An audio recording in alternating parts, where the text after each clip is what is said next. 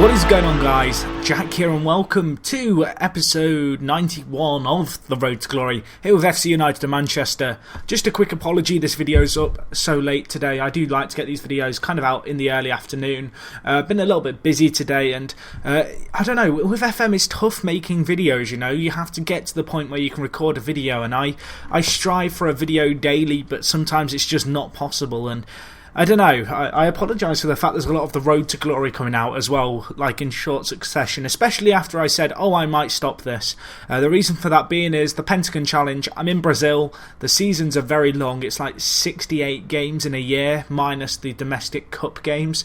So it's very slow going. So there will be an episode of that hopefully coming out tomorrow. So keep your eyes out for that. And I should also have the first year's results for the domestic experiment of kind of looking at the leagues, who wins what, all that stuff, on the new LFC Marshall database. If you don't know what I'm on about, go check my channel. There's a video all about it. So now with that pretty long introduction, it's time to get right into today's games.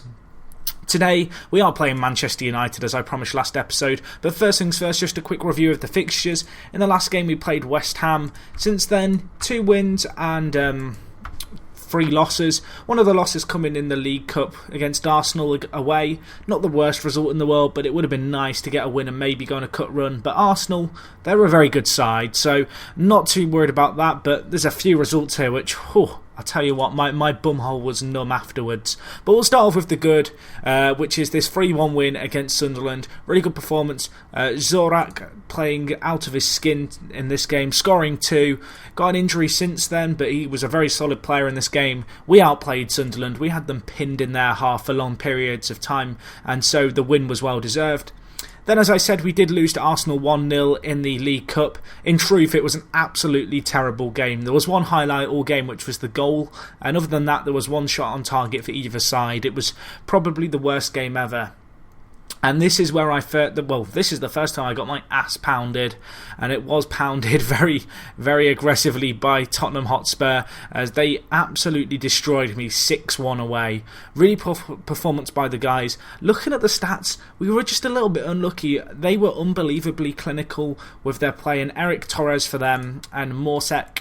So Eric Torres here, absolute beast. And then Morkek, I don't know, Morkek, we'll go with it. These two guys just played out of their skin. They were the leading force behind their team. In truth, we probably should have scored more. We didn't create enough opportunities, but their attack really turned up and turned the screw on us once they'd got that early lead. Following on from this, we did bounce back with a home win against Wolves. 2-0 it was at half time before they grabbed a goal in the second half. We did see out the game. Not the greatest performances ever, but you know, we got the win. 3 points on the board, it's important. However, and this was the big shock, because usually in a season you might have 1-6-1, 5-1 loss, and that'll be it. We came against Fulham, who in 7 appearances against them, I've only lost to them twice, and they beat us 5-1. It was an unbelievable game. Our defence just wasn't there. The lack of chemistry is there to be seen. Obviously, it is a concern of mine with my new players coming in that they take some time to gel. However, this really was embarrassing. I will just show you the very first goal from this game, because it really was something special by Dzeko in the 3rd minute. And I mean, to take a lead in this game was good, but honestly, it was so poor. Let me just change the camera for you guys so you can witness this in all its glory. So ball came in, worked around nicely, caught across the back post. Dzeko, bang! Left foot, volley into the roof of the net. If that doesn't get goal of the month, I don't know what will. So that was that. That was probably the highlight of the kind of this period of time that I've played. But it didn't really get much better, as we did end up losing 5-1. On the injury front, Gary Quirk's been out for a little while now. We've also had injuries to Koulibaly. There we go, Koulibaly, who was injured. He got a strained knee ligament and was out for 6 weeks. So he comes back at a very good time for us. We are playing against Manchester United, and this is not going to be easy by any stretch of the imagination, but hopefully we can turn up and do a job. Let's see how we get on here, lads. Straight into today's game. I'm going to line up as I did before, and as I have been. I'm actually going to switch to a ball-winning midfielder here, and Boccal, put him on support, just because I don't want to push up too high. We're playing Manchester United at home, and whilst I don't want to not go for the win, it's going to be tough. I know a subscriber said to me, like, when you're playing 4-4-2, what are you going to do if they have an attacking midfielder? What I have been doing is, I've been playing my 4-4-2, but against teams where they play a lone attacker and just one attacking mid, I still play my regular shape. But if they have two attackers, then one centre attacking mid, I have been dropping Samper back into a kind of anchorman-ish role, just sat in front of the back four and behind Boccal. But we are going to go for the win here, 4-4-2, setting up pretty attackingly, but I'm looking for a good performance here by the team. Hopefully we can defend well. We've conceded a lot of goals. I'm sure Manchester United are really going to test us in this game, but I want to see us defend well, and if we can defend well, we always have a chance of getting a result here. That said, Neymar bursting through and he skies it. Neymar's terrible. You're bad, kid. 7 minutes in, Manchester United with their first chance of the game. Giving them too much space there to run at us. Really disappointing stuff. I mean, I think the main problem that we're having at the moment is the injuries that we've had to key players. Cullum Lubumbali's been a massive miss for us with his strained knee ligaments. And then combining that with kind of the unfamiliar, I guess, relationship of our defensive line has cost us dearly. And when we've conceded a few, we've gone on to concede a lot. Anyway, looks like we might have a free kick here, right on the edge of the area. Oh no, it's a penalty even. Can we bury the penalty? That is the question. Can we bury it? Dzeko, this is your moment, son. You missed it. I give up, guys. Let me show you his penalty stats. And I do this every time I miss a penalty, because it seems to happen every episode. He has 20 penalty taking. 20! I don't even know. I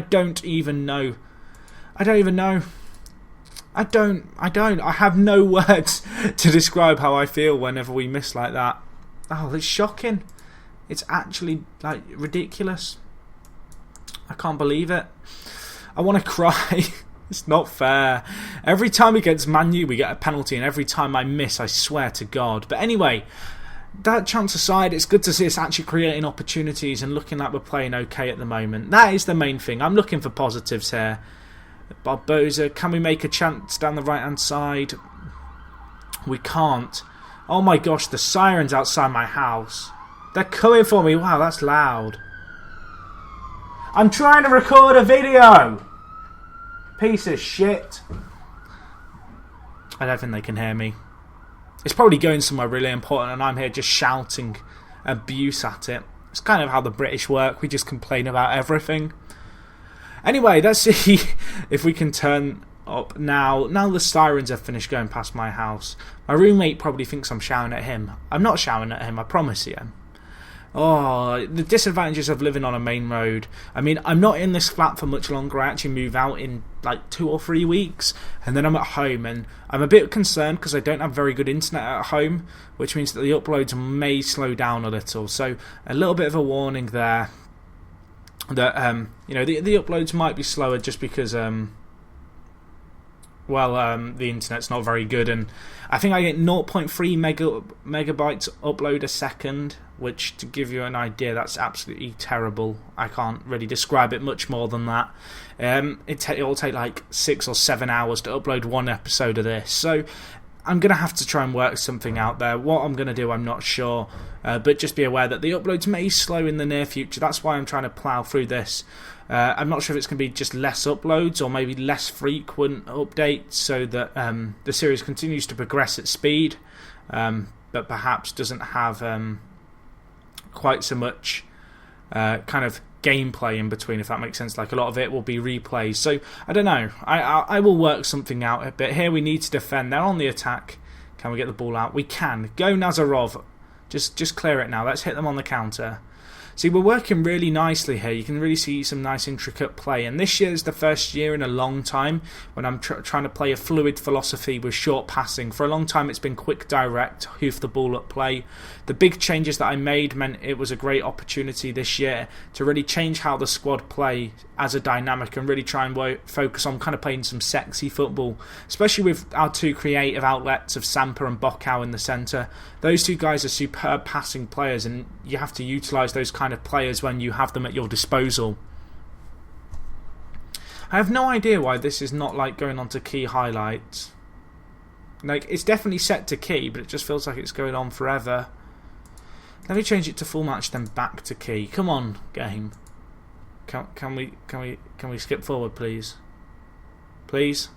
Unless there's going to be a chance. I don't know. What are we doing? Oh dear. Don't you love it when FM glitches out? And we've got a chance here. Can Dzeko, ball of quality. He can't, but Zuma can only nod it away for the corner. Not doing too bad at the moment. We're looking good. You know, we're giving Manchester United a run for their money. They are dictating the pace of the game, but we're doing stuff with the ball when we have it, which is good.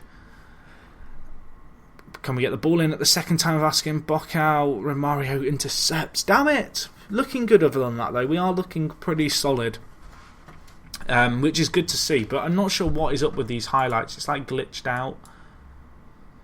It's like I've got full match highlights on and I can't slow it down. I have no idea what's happening. It's set to key. The game's glitched. Well, guys, we're going to have to watch it in super speed. I hope you don't mind. It's like watching a herd of ants like run around or something, really. Oh, God, this is going to be really slow. Come on, game. I believe.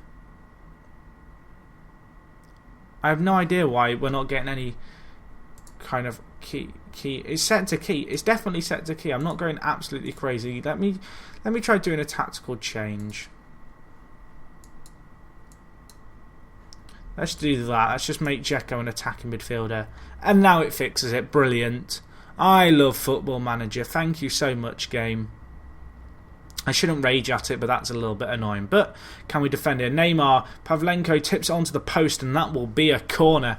I'll tell you what, Pavlenko, obviously, he's conceded a lot of goals, but he has made some decent saves for us. I mean, a lot of people in the comments were raising eyebrows at the fact I spent £25 million on a goalkeeper. As I stressed in the video and will say again, there's a lack of goalkeepers on this save. For whatever reason, there's just none that are any good. I mean, this guy's like in the top 10 goalkeepers in the world. I did look at Koval from the same club in Ukraine. Problem I had was that they wanted to keep hold of both their keepers, and in the end this was the keeper I could get for cheaper. But anyway, at half-time, 0-0. Good little bounce-back results. You know, we're playing well. Considering that in our last two games, in our last three games, we've conceded in excess of 12 goals. To have a clean sheet against Man U at half-time is good. Now it's up to us to kind of really see out this game, play well. I mean, Man U are the better side. They're going to be the better team, but we're defending well at the moment, which is good. Sampa, don't get sent off, though.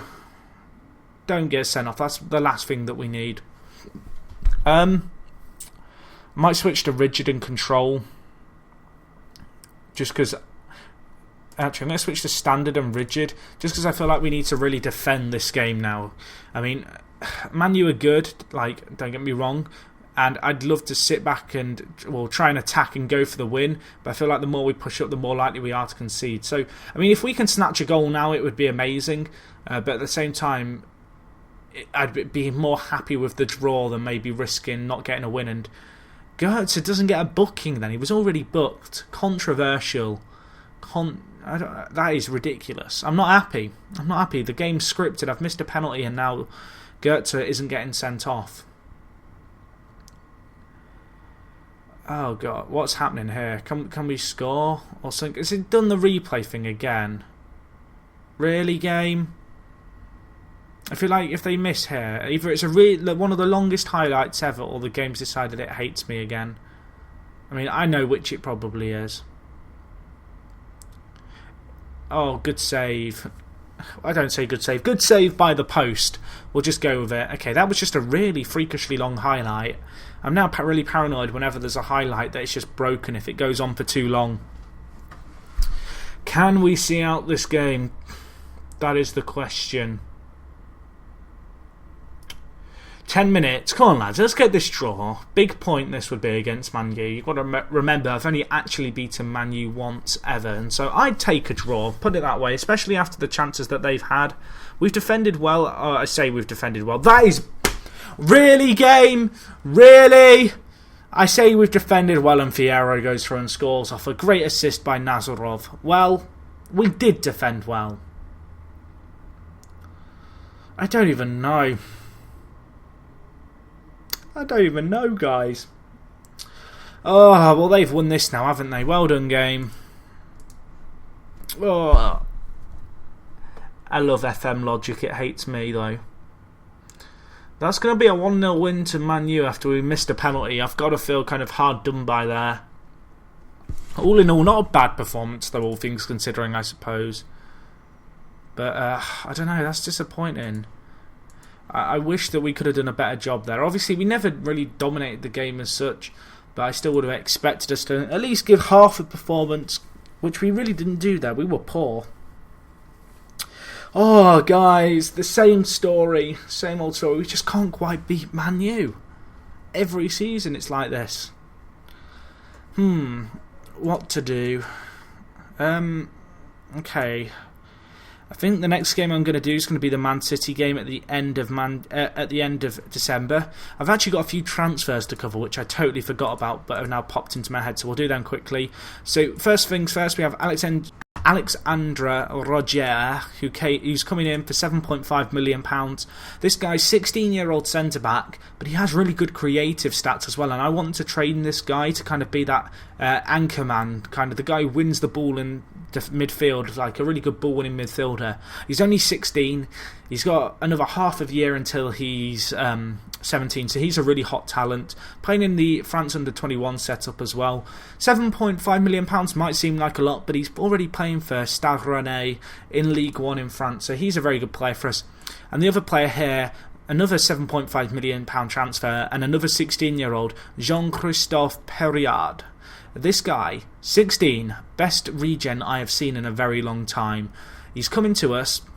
He's the youngest ever Champions League goal scorer. And I mean, look at those stats. 19 determination obviously stands out. Really solid physicals. Really solid all-round stats, if I'm honest. He looks like he's going to be a quality little player for us. And he's still incredibly young. So I'm looking forward to seeing what he can bring. But no, that is pretty much it, guys. Obviously, a little bit disappointed with today's results. A little bit disappointed with our form overall, but hopefully we can pick it up. We've got a few easier games now, I suppose. It's not been the easiest set of fixtures, but there's a few games in there we should have won. So yeah, guys, as always, if you've got any comments, leave them down below. And other than that, it is me, Jack.